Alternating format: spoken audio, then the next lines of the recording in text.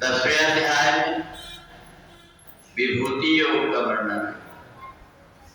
परम ब्रह्म, परम धाम, पवित्रम परमं भवान, पुरुषम शाश्वतम दिव्यम, आदिदेव मजम विभुम।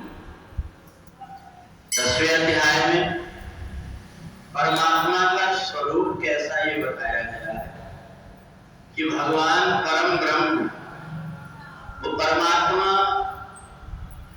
पवित्र स्वरूप है, ब्रह्म स्वरूप है और संसार के कण कण में व्याप्त। और इसलिए जब व्यक्ति पूजन करने के लिए बैठता है परमात्मा की, तो सबसे पहले उसको देवता बनाते हैं, उसके ऊपर जल छिड़कते हैं, तिलक लगाते हैं, रक्षा सूत्र बांधते हैं और कहते हैं कि अब तुम देवता बन गए हो, अब तुम परमात्मा की पूजन करो।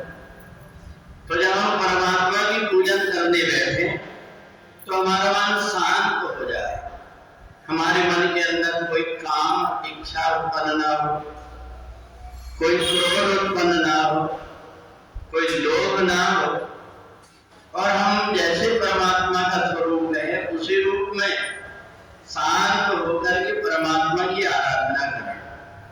जब व्यक्ति शांत हो जाता है तो उसके अंदर की चित्त वृत्तियां एकाग्र होकर के अंदर से ऊर्जा उत्पन्न करती है और ऊर्जा के द्वारा जब वो परमात्मा की पूजन करता है तो परमात्मा की ऊर्जा उसमें आत्मसात होती है।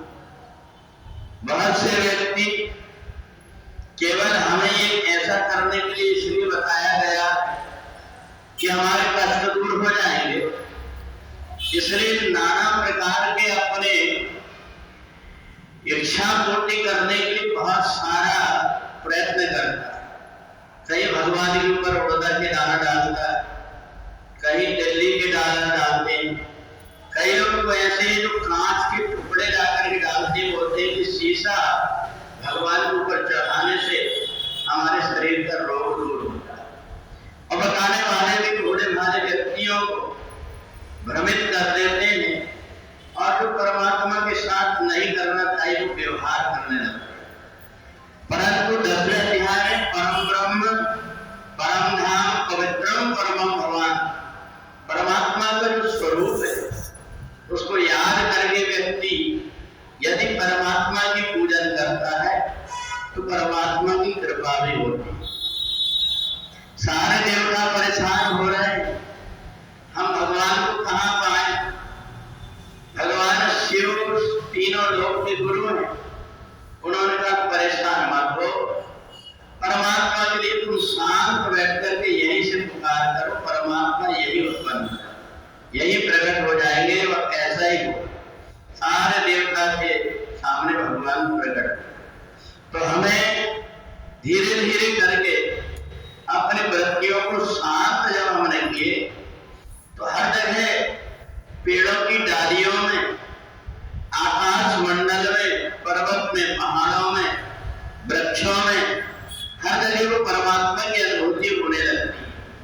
और ये जितने प्रकार के व्यक्ति हैं परमात्मा ने एक ही सांचे में नहीं बनाया, उनको अलग अलग सांचे में बनाया और मुंडे मुंडे मत भिन्ना, किस व्यक्ति से किस प्रकार का काम लेना है, ये हमारी बुद्धि परिपक्व हो जाती है परमात्मा की भक्ति करने से।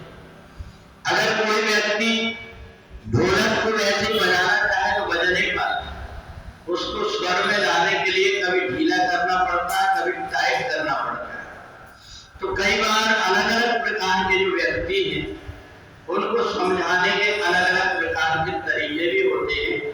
जैसे हम ढोलक को स्वर में लाए बिना अगर बजाएंगे तो उसका स्वर अलग प्रकार का निकलेगा, परंतु उसी ढोलक को एक जानने वाला व्यक्ति चढ़ाता है तो उसका स्वर बन जाता है, और एक अनजान व्यक्ति अगर उसको खींच देता है तो वो फट भी जाता है।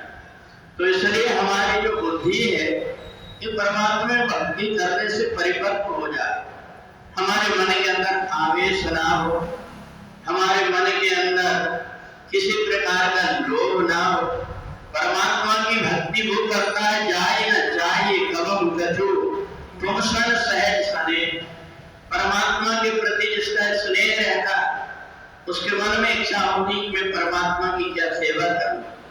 कुछ व्यक्ति तो केवल लाकर के सिंदूर और तेल लाकर के केवल उनको डालना है किसी ने कह दिया, और किसी व्यक्ति का मन होता है कि मैं परमात्मा के निकट आया हूं, बड़े प्रेम से उनको मालिश करते हुए उनको स्पर्श करूंगा, और इस भाव से जब वो पूजन करता है उसका भाव अलग प्रकार का होता है। एक व्यक्ति पैसे के लिए काम करता है कि वो इसलिए करता है भगवान की सेवा पूजा कि उसको पैसा मिलेंगे, और एक व्यक्ति इसलिए करता है उसका भाव परमात्मा से जुड़ा हुआ है। और इसलिए भगवान ने 10वें अध्याय में कहा कि मैं हर जगह व्याप्त हूँ, परंतु उनके बीच में रह करके किस प्रकार की वृत्ति को कैसे आचरण हो, उस व्यक्ति को जिस प्रकार का वो प्रयत्न करता है उतनी सहजता से ही मैं प्राप्त हो जाता हूँ। तो इसलिए हमें परमात्मा की भक्ति करते समय हमारा हृदय प्रसन्न रहे, हमारे मन के अंदर कोई प्रकार का आवेश ना हो। अच्छी बुरी सुख दुख लाभ हानि जय पराजय ये परिस्थिति सब हमारे लिए ही बनी हुई। इन परिस्थितियों में रह करके हम अगर परमात्मा से जुड़ जाते हैं वास्तव में जीवन का वही सार्थक। बोले वृंदावन बिहारी।